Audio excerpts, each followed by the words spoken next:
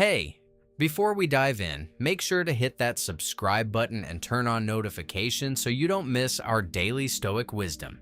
And check the first comment for a special resource that will help you on your Stoic journey. Let's go. You've been there. I've been there. We all have. That moment when your chest tightens, your throat dries up, and you feel an almost magnetic pull to explain yourself, to beg for understanding, to justify your worth, to prove that you deserve better. You catch yourself typing a long message, crafting the perfect defense, rehearsing the argument that will finally make them see. And then, in the quiet of your mind, a Stoic voice whispers, "You don't have to." The Stoic philosophers, Marcus Aurelius, Epictetus, Seneca, built their entire worldview around one radical idea: that the only thing truly yours is your mind, your judgment, your will. Everything else, the approval of others, their understanding, their fairness, lies outside your control. And to beg for those things is to chain your peace to someone else's whim. Today, we're going to explore the most liberating principle Stoicism offers: the art of never begging, never justifying, and having the courage to simply walk away. We often mistake endurance for strength. We think that staying in a toxic relationship, a draining job, or a friendship that takes more than it gives is a sign of character. We tell ourselves, "I just need to explain one more time. I just need them to understand. If I try harder, they'll change." But Seneca wrote, "You are not to be pitied for what you suffer, but for how you react." And Epictetus was even blunter. It is impossible for a man to learn what he thinks he already knows. When you beg, you are telling yourself and the other person that your value depends on their response. You are handing over the reins of your self-respect to the very person who is hurting you. The Stoic path is the opposite. You hold the reins so tightly that no force on earth can pry them from your hands. Walking away is not surrender. It is the ultimate act of self-command. Let's go back to Marcus Aurelius. He was emperor of Rome, the most powerful man on earth. He had the power to demand loyalty, to destroy enemies, to force others to listen. Yet his meditations are filled with reminders to let go of the need for validation. How much better is it to be content with the present moment and to entrust matters to the gods, he wrote. He knew that even a ruler cannot control the minds of others. If you are an emperor and you cannot make people understand you, why do you think you can? The modern world amplifies this trap. Look at social media. We craft perfect responses. We defend ourselves against strangers. We explain our life choices to people we will never meet. A friend posts something that stings. A colleague misunderstands your tone in an email. A partner doesn't recognize how much you sacrifice. In each of these moments, the same impulse arises. I must justify. I must explain. I must beg for them to see my side. But Epictetus breaks it down. What disturbs men's minds is not events, but their judgments on events. The event, their misunderstanding, is neutral. Your judgment that you must fix it is what creates the suffering.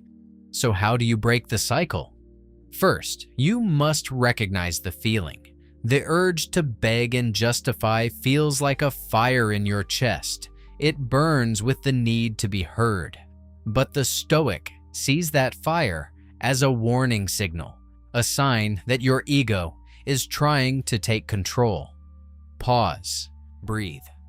Ask yourself, will explaining change anything real? Most of the time, the answer is no. People understand things from their own perspective, not yours. You cannot force a new understanding into their mind. You can only offer your truth once, clearly, without attachment. Second, you must practice the art of the silent departure. Seneca advised, A good mind can never lose its identity because it always returns to itself.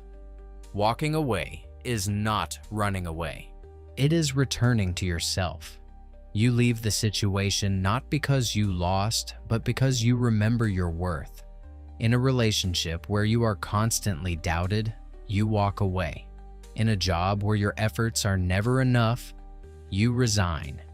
In an argument that goes in circles, you stop speaking. The silence is not defeat. It is a full stop. Let me give you a concrete example from history. The Stoic philosopher Musonius Rufus, teacher of Epictetus, was exiled by Emperor Nero. He could have begged for clemency, written long letters justifying his teachings, tried to prove his loyalty. Instead, he accepted exile with dignity. When his students asked why he did not fight, he said, "I have done nothing wrong. Why should I beg for what is already mine?" He understood that his virtue was not dependent on Nero's permission. That is the power of walking away. Now, apply this to your life. Imagine you work for a boss who constantly criticizes you publicly. You have tried to explain your process. You have shown results. Nothing changes. The next time he attacks, the Stoic response is not to defend. It is to look him in the eye and say nothing. Then later, quietly, update your resume, walk away. You are not arguing with a closed mind. You are choosing your future. Or think of a friendship where you always initiate, always apologize, always absorb the other person's negativity. You can justify it by saying, "They need me," but Epictetus would ask, is it better to feed their weakness or to protect your own fire? You cannot pour from an empty cup. Walking away from a one-sided friendship is not cruelty. It is the condition for you to be your best self, and perhaps even an example to them.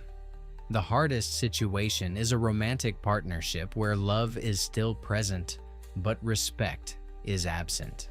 You beg for affection.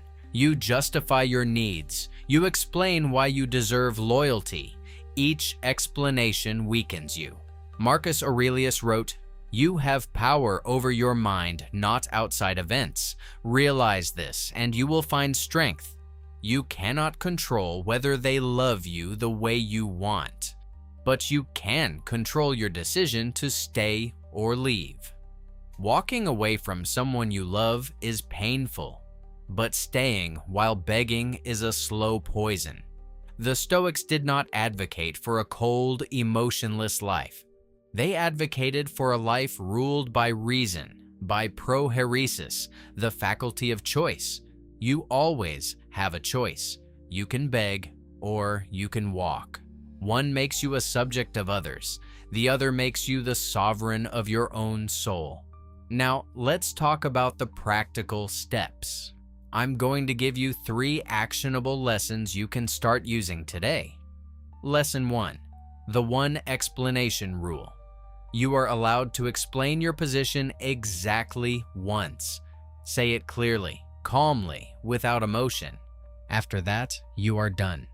If the other person does not understand or accept, further explanations are begging. Your truth does not need a second audition. This rule will save you hours of wasted energy and protect your dignity. Try it tomorrow. The next time you feel the urge to clarify, say what you need to say in one sentence. Then stop. Practice silence. Lesson 2, the exit framework. Before you enter any difficult conversation, define your exit. What is the line that, if crossed, will make you walk away? Write it down. For example, if they raise their voice, I will end the conversation. Or if they accuse me of something false, I will leave the room. By pre-deciding, you remove the emotional heat of the moment. You are not reacting. You are following your own script. This is the Stoic premeditatio malorum, the pre-rehearsal of difficulties. Lesson 3, the gratitude walk. Every time you successfully refuse to beg or justify, take a mental note of gratitude. Thank yourself for honoring your own dignity. This reinforces the behavior. Seneca said, "We are not given a short life, but we make it short." Don't make your life shorter by wasting it on situations that require you to beg. Each moment you spend justifying is a moment you could have spent growing, creating, loving. Let's dig deeper into why we beg. At the root, it is fear. We fear being misunderstood. We fear losing connection. We fear being alone. But Epictetus taught that fear is a false judgment. What disturbs men's minds is not events, but their judgments on events. The fear of being misunderstood is not caused by the misunderstanding itself. It is caused by your judgment that being misunderstood is a catastrophe. Is it? Have you ever been misunderstood and survived? Yes. Will you survive again? Yes. Once you see that, the need to explain evaporates. Consider the story of Socrates. He was on trial for his life. He could have begged the jury to spare him. He could have justified his teachings, appealed to their pity. Instead, he gave a speech that was honest and unapologetic. He did not beg for mercy. He accepted the verdict with dignity. That is the ultimate model. Even when your life is at stake, you do not beg. Because the only real loss is the loss of your own integrity. Death is not a loss. Begging is. Now bring this into the digital realm. Someone on Twitter attacks you. Your first instinct is to craft a thread defending yourself. Don't. The best response is no response. By walking away, you starve the fire. Marcus Aurelius wrote, "The best revenge is not to be like your enemy. Do not descend to their level. Your silence is louder than any defense." In the workplace, you may be passed over for a promotion. Your colleagues might gossip. You can spend weeks justifying your worth to managers, gathering evidence, begging for reconsideration. Or you can accept that the decision is theirs, not yours. Walk away. Not from the job necessarily, but from the emotional need to be recognized. Then, quietly make your next move. The Stoic does not need the world to validate him. He validates himself through virtuous action. You might be thinking, but if I never explain, won't I be misunderstood forever? The answer is, maybe. But being misunderstood is not a tragedy. It is a fact of human life. You cannot control how others perceive you, and trying to control that is like trying to stop the wind. You will only exhaust yourself. Instead, focus on your own clarity of purpose. Live so that your actions speak louder than any explanation. Seneca wrote a beautiful letter about this. He said, "Wherever there is a human being, there is an opportunity for kindness." But he also wrote extensively about the need to remove yourself from people who bring you down. He advised his friend Lucilius to avoid those who make you feel needy. Choose your associates carefully, he said, because if you surround yourself with people who habitually misunderstand you, you will inevitably be tempted to beg. The solution is not to change them. It is to change your circle. Let me share a personal story from my own journey. Years ago, I was in a partnership where my contributions were constantly minimized. I spent months trying to justify my value, showing spreadsheets, pointing to results, writing long emails. I was exhausted. One day I realized the person I was trying to convince was not listening. They saw me the way they wanted to see me. So I stopped. I did not walk away from the partnership immediately. I walked away from the need for their approval. That internal shift was the beginning of my freedom. Eventually, I did walk away entirely, and I have never regretted it. That is the paradox. When you truly stop begging and justifying, you often get more respect. People sense your self-sufficiency. They see that you are not dependent on their opinion. Sometimes they change. But even if they don't, you have already won your own peace. The Stoic principle of dichotomy of control is your foundation. Some things are up to you. Your judgments, your actions, your decisions. Other things are not up to you. Other people's thoughts, their opinions, their emotions. Begging tries to influence what is not up to you. It is an attempt to control the uncontrollable. No wonder it causes suffering. Walking away is an acknowledgement of reality. It is the most rational thing you can do. Let's look at how this plays out in different areas. Relationships. You love someone who is emotionally unavailable. You beg for their time. You justify why you deserve attention. You explain your needs. They still don't change. The Stoic response: accept reality. You cannot force someone to love you. Walk away. Yes, it hurts, but the pain of walking away is temporary. The pain of begging lasts as long as you keep begging. Choose the shorter pain. Career. You are in a job where your ideas are stolen, your hours are taken for granted, your health is declining. You justify staying because of the paycheck, the stability, the fear of starting over. But Seneca would say, "It is not that we have a short time to live, but that we waste a lot of it." Your career is a large part of your life. Don't waste it begging for scraps. Walk away. Better to struggle in pursuit of something meaningful than to prosper in slavery. Family. Family dynamics are the hardest. You might feel obligated to explain yourself to a parent who never approves. You might beg for their recognition. But Epictetus was clear. You are not defined by your family's opinions. If you wish to be good, first believe that you are bad, he said, meaning you must let go of the need for external approval. Sometimes the most loving thing you can do for your family is to stop justifying yourself to them.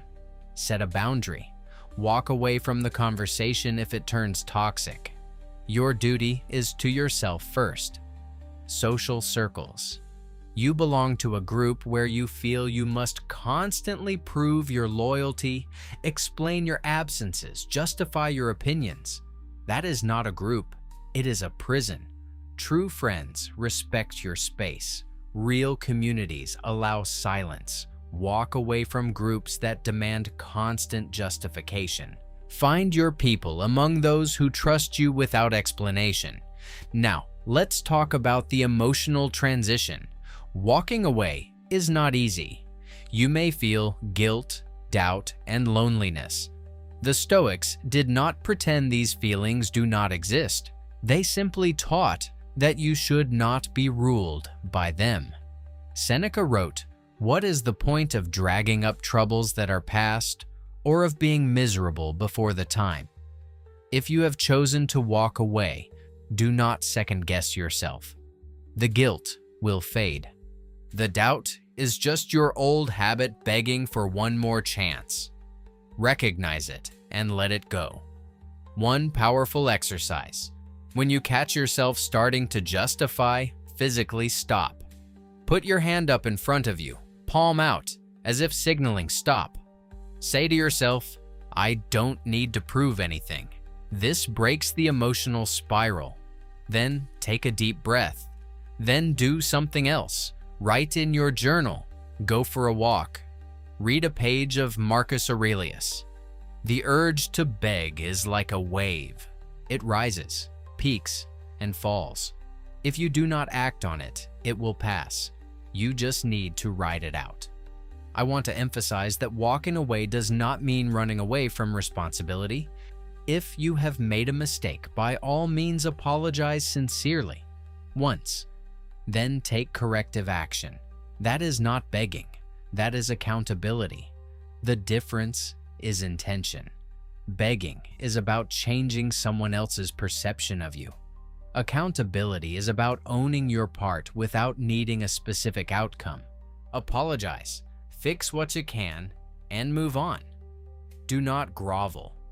The Stoic ideal is the Stoic sage, someone who is completely self-sufficient, undisturbed by external events. We are not sages, we are works in progress. But every time you choose not to beg, you become slightly more of the person you want to be. Every time you walk away from a situation that demands your dignity, you strengthen your inner fortress. Marcus Aurelius kept reminding himself, do not waste the rest of your life in worrying about other people's mains unless you relate it to the common good. Most of the time, justifying yourself has nothing to do with the common good. It is a personal ego drive. Let go of it. Invest that energy in being a better friend, a better worker, a better human. That is what matters. Let's get practical for the end of this video. I want you to commit to a 30-day challenge. For the next 30 days, you will not beg for anything. You will not justify yourself beyond one clear statement. You will walk away from any situation that tries to pull you into a cycle of defense. At the end of each day, write down one moment where you succeeded. If you fail, just note it. Do not judge yourself. The point is to build the muscle. You will be surprised at how many opportunities to beg appear each day. The coworker who cuts you off in a meeting. The family member who questions your life choices. The stranger who insults you online. Each is a training ground.